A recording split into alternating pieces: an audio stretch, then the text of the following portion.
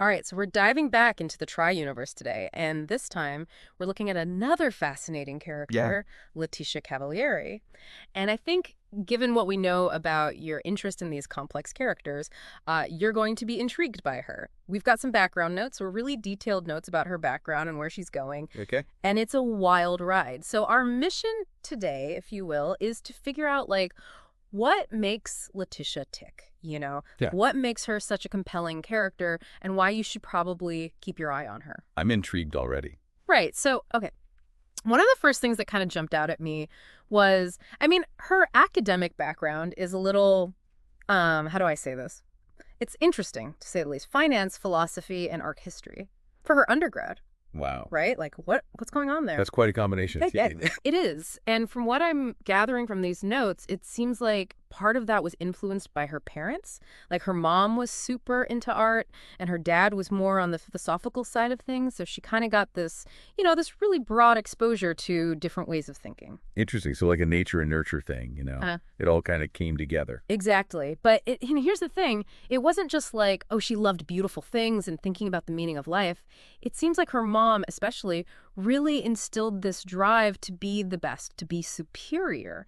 And I think that, combined with just this natural curiosity about power dynamics, led her to, well, she wanted to be rich and powerful. Makes sense. Right. And that kind of explains the finance part. But the philosophy side of things, that's where it gets really interesting. She dove deep into critical theory, which is basically all about questioning who has power in society and why. And then there's existentialism, that whole idea of individual freedom and responsibility. So she was thinking deeply about these systems, but also about her own place within them. Exactly. And I think that tension is going to be, well, I think that's going to play out in some really interesting ways as as her story Oh, unfolds. for sure. I can already see the conflict brewing there. Oh, yeah. And then, okay, so for grad school, she went and got an MBA, specialized in luxury brand management and international business. Like, come on, that's not an accident, right? No, that screams ambition, right?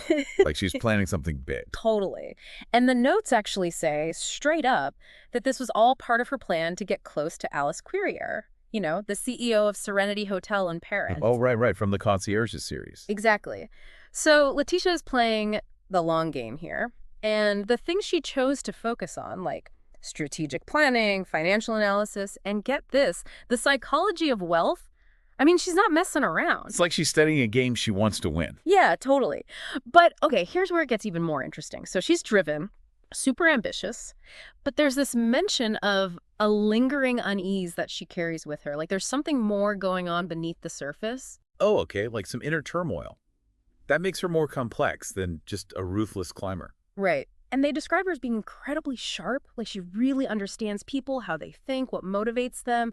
I think that level of insight probably means she also sees the potential pitfalls of the world she's trying to enter. Yeah, that self-awareness can be a blessing and a curse, Right. right? It can make you hesitate, question your choices. Yeah, absolutely. And her upbringing probably plays a part in this too. She comes from a bohemian background, which is all about, rejecting conformity, embracing creativity.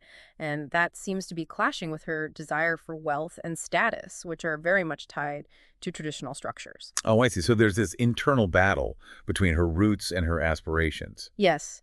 And then you add in the fact that she's described as emotionally complex, and it creates this, well, this really compelling mix.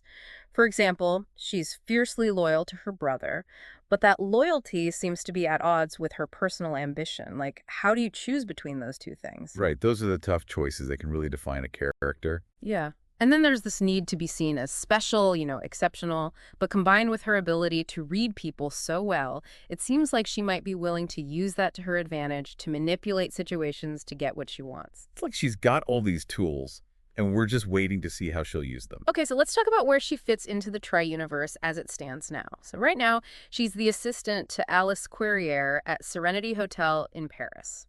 That puts her squarely in the Concierges series. Okay, I'm starting to see the connections here. Right. But here's the thing. Before she moved to Europe, she was already making a name for herself in American economic circles. Like she was climbing the ladder fast. And get this, she wasn't exactly thrilled about the move to Europe. Interesting. So there were some compromises made, some sacrifices for the bigger goal. And speaking of bigger goals, it looks like this current position is just a stepping stone. From what I'm seeing, Letitia is going to be a central figure in an upcoming series. Il Concierge. Oh, wow. That's a huge jump. Like she's moving from assistant to advisor, maybe even a power broker. Right. I mean, consigliere literally means advisor, but in the context of the tri-universe and knowing what we know about Letitia, it seems like it's going to be a much more significant role. Like she's going to have some serious influence. Definitely. I'm already picturing her pulling strings behind the scenes, manipulating events to her advantage. And to add another layer to all of this, she has a blog called The Professionals where she shares her, well, her very millennial take on the world of luxury. Oh, that's a brilliant touch. It gives us a window into her thoughts, her worldview. It does. So just to kind of recap here, we have this incredibly ambitious woman, right? Shaped by this really unique blend of academic interest, her upbringing, personal experiences. She's constantly grappling with these inner conflicts, between her desire for wealth and power and this lingering unease about what it all means. And the way she navigates this world, I mean, it's going to be fascinating to watch. Yeah, for sure. Her sharp intellect, her emotional complexity, and that ambition, it all adds up to a character with, well, with a lot of potential to shake things up in the tri-universe. Definitely a force to be reckoned with.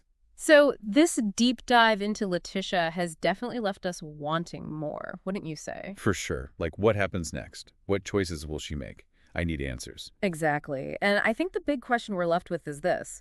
Knowing how smart she is and how badly she wants to have influence, how will she reconcile those seemingly contradictory desires as she takes on this more central role in Il Conciliere? What kind of advisor will she become?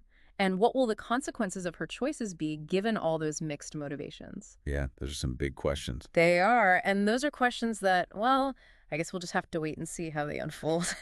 But in the meantime, thanks for joining us on this deep dive. It's been a pleasure exploring Letitia's story with you. Absolutely. I can't wait to see where it goes from here. Me too. Me too.